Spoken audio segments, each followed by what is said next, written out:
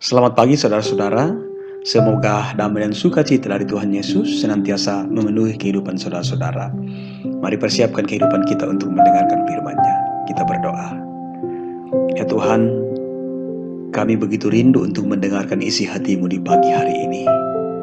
Tolonglah kami Roh Kudus, baharilah hati kami, sehingga seluruh diri kami ini tertuju kepada firman-Mu. Dan biarlah firman-Mu itu Tuhan akan terus menjiwai seluruh kehidupan kami dan akan terus mengubahkan hidup kami. Di dalam nama Tuhan Yesus kami berdoa. Amin.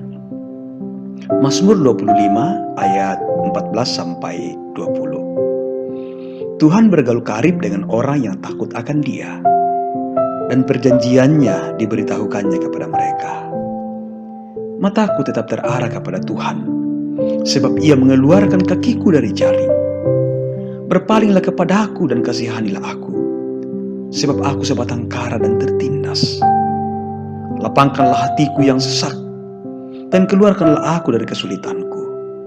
Tiliklah sengsaraku dan kesukaranku, dan ampunilah segala dosaku. Lihatlah betapa banyaknya musuhku, dan bagaimana mereka membenci aku dengan sangat mendalam. Jagalah kiranya jiwaku, dan lepaskanlah aku. Janganlah aku mendapat malu, sebab aku berlindung padamu. Demikian firman-Nya. Saudara-saudaraku, renungan pagi edisi 11 Agustus 2020. Jiwa yang terlindungi olehnya.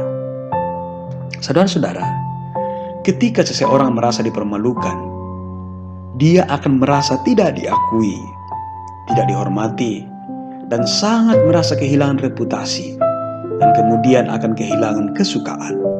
Dan dia akan mencari berbagai macam cara untuk mencari jalan keluar. Dari kondisi itu, ada orang yang kemudian tidak bisa mengontrol diri, sehingga bukan jalan keluar yang ditemui, malah masalah baru. Namun ada juga orang dengan pengendalian diri yang baik, kemudian bisa menemukan jalan keluar. Saudara-saudara, Daud pernah mengalami saat-saat seperti ini. Dan apa jalan keluar yang ditempuh Daud?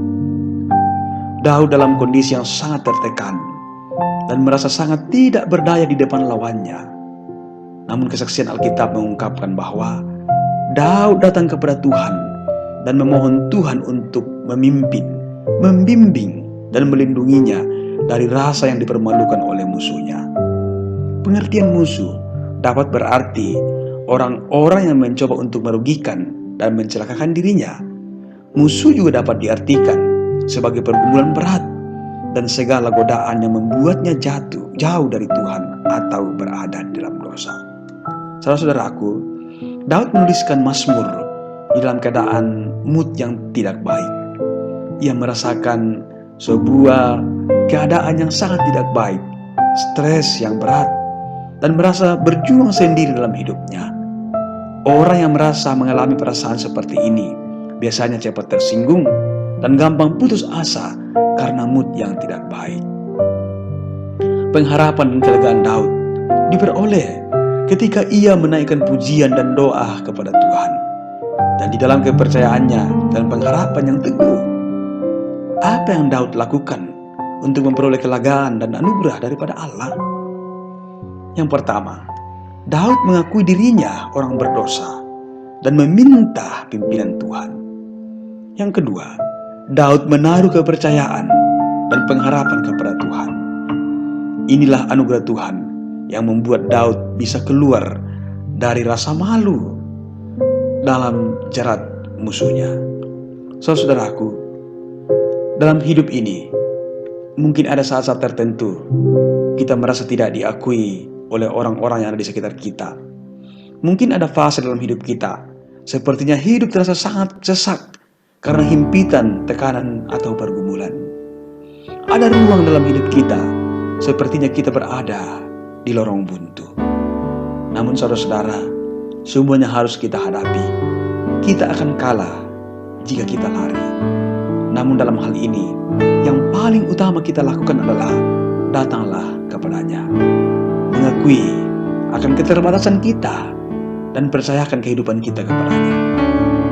buka ruang bagi Tuhan untuk menilik sengsara kita seperti yang dilakukan oleh Daud.